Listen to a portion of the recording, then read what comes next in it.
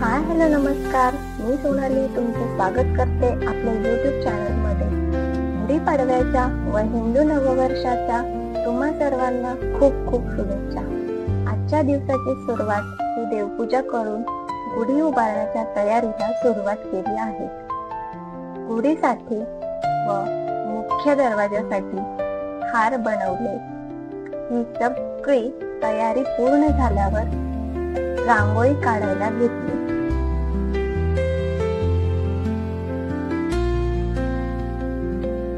आजच्या रांगोळीमध्ये गुढीची डिझाईन काढत आहे. रांगोळी ही देवतांचे स्वागत करण्यासाठी, शुभेच्छा आणि समृद्धी आणण्यासाठी, विशेषतः सणांमध्ये उत्सवाचे वातावरण निर्माण करण्यासाठी काढली जाते.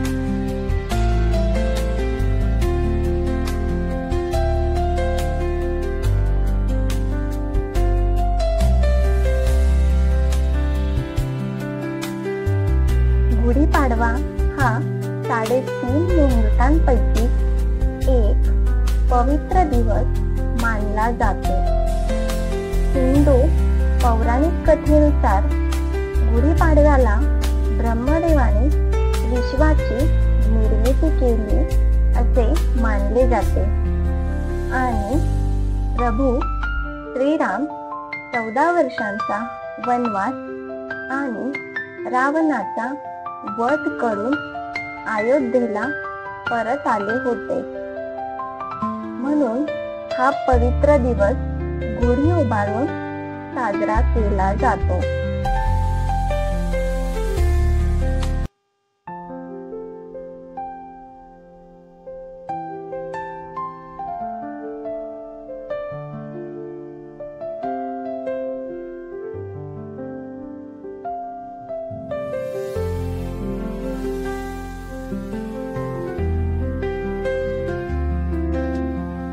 आपली ही गुढी विजयाचे, समृद्धीचे आणि आनंदाचे प्रतीक आहे.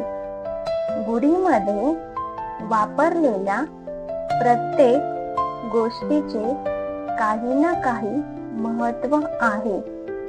वेळू सामर्थ्याचे, कलश यशाचे, हार मांगल्याचे, कडुलिंब आरोग्याचे, साखर गोडाचं, नारळ सिद्धीचं, पाट स्थैर्याचं, वस्त्र वैभवाचं, हळदी कुंकू सौभाग्याचं, सुपारी संकल्पाचे, रांगोळी संस्कृतीची.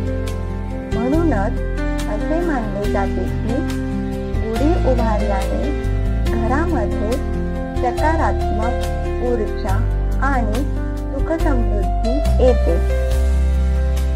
गुढीपाडव्याच्या मुहूर्ताला पाहिलेली स्वप्ने पूर्ण करण्याचा प्रयत्न करत असतात आणि कुठल्याही शुभ कार्याची सुरुवात या मुहूर्तावर करत असतात.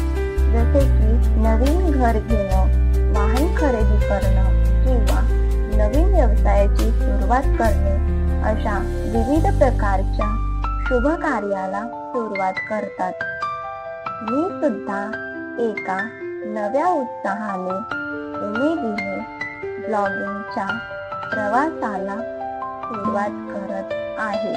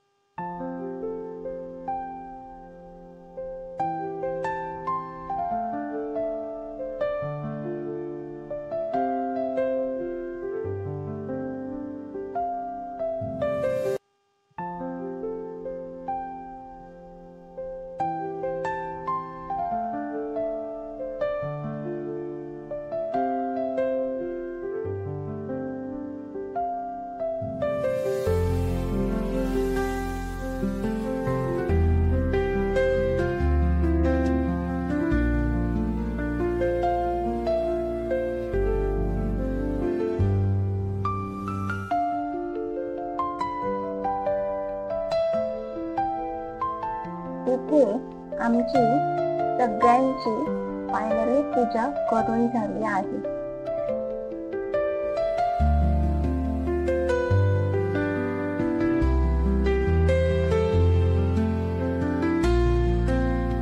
पूजा झाल्यानंतर मी स्वयंपाकाची तयारी चालू केली.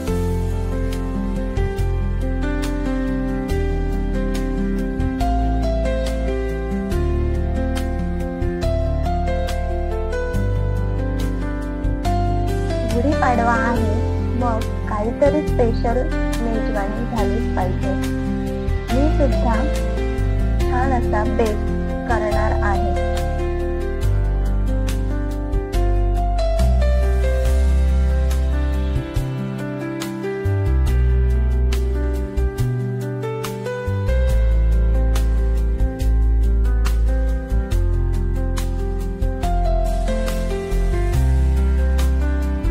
आजच्या या मेजवानीमध्ये पुरी, बासुंदी, आमरस, भजी, कोशिंबीर, पनीर, मसाले भात असा फक्कडसा केला आहे.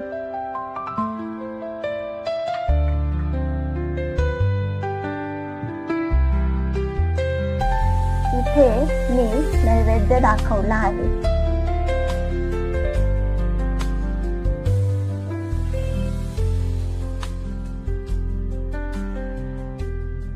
नैवेद्य दाखवून झाल्यावर आम्ही सुद्धा या सुंदर मेजवानीचा आस्वाद घेतला.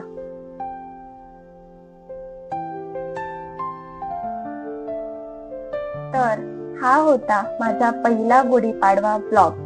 तुम्हाला हा ब्लॉग कसा वाटला ते कमेंट मध्ये नक्की सांगा. या चॅनलला लाईक, शेअर, सबस्क्राईब करा.